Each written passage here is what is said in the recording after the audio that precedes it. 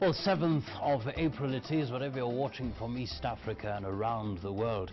This is Citizen News at 1. I'm Johnson Mwakazi. The Jubilee Coalition has urged supporters of the opposition alliance CORD in Nyanza region to shelve their political differences and support the government to achieve its development agenda across the country. Deputy President William Ruto told the Nyanza residents who overwhelmingly supported CORD leader Raila Odinga's presidential bid last year to pursue development through their elected leaders. Francis Gashuri has the details. The Deputy President had toured Kisumu County for a fundraiser in aid of the Seventh-day Adventist Church.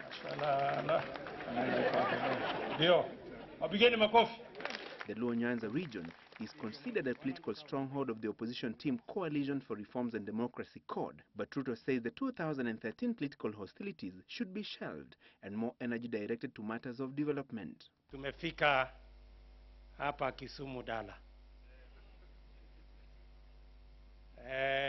Zamani tulikuwa marafiki sana na watu wa hapa. Tulikuwa tunajuana. Lakini hii siasa iko na kisirani.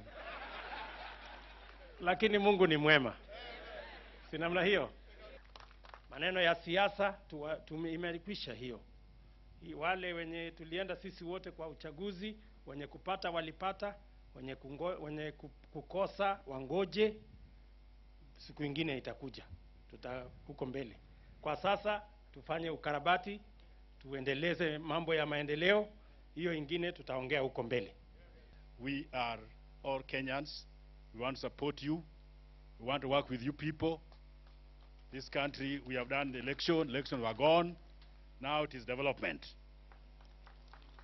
We want to work together for purpose of development of this country and the people of this country.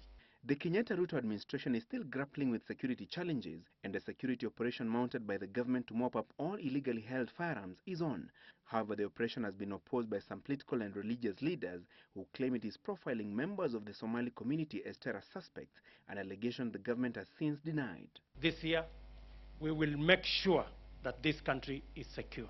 So those who think they can challenge us on matters of keeping the security of our country under control, let them try.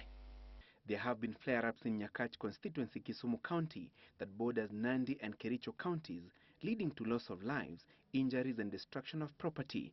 Ruto and Kisumu County leaders called for peaceful coexistence between members of the Luo and Kalenjin communities. You can choose friends, but you cannot choose neighbors. They are chosen for you by God. And we want to say categorically, those who are engaged in cattle rustling are not different from the terrorists in our country. If there is a possibility that we can restore the brotherly love between the Luos and the Kalenjin community, especially from Kericho and from Nandi, that would create great friendship, because just yesterday we buried 5 people who died under circumstances which were not very good. Francis Gashuri, Citizen Live at 1. Many thanks, Francis Gashuri, for that report. Now, 2 senators are calling for cooperation between them and governors in order for devolution to succeed. Tharaka Nithi Senator Professor Kithure Kindiki and his Elgeyo Marakwet counterpart Kipchumba Murkomen said infighting between the two will hamper development initiatives. The two, who were speaking during a fundraising event at Kocholwo Secondary School in Elgeyo Marakwet, said governors must be made accountable to the people as they control a huge chunk of funds meant for devolution. We will continue fighting for counties to have adequate resources. But the same strength, the same vigor that we are using to fight for more money is the same strength, is the same vigor we will use to demand accountability for those resources. I have told my brothers, the governors, the Bible says, come, let us reason together. Let's leave ukubwa yetu, utajiri wetu, tuwaje malumbano, kujeni meza tuongee pamoja.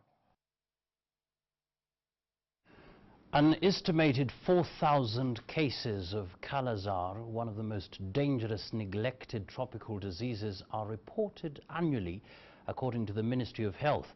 The statistics indicate that over 5 million people are at risk of infection, and this is why the ministry has decided to focus on Kala-Azar as the World Health Day is marked. Now, residents of Riera will give you details of that report, but in the meantime, let's take a look at this particular story.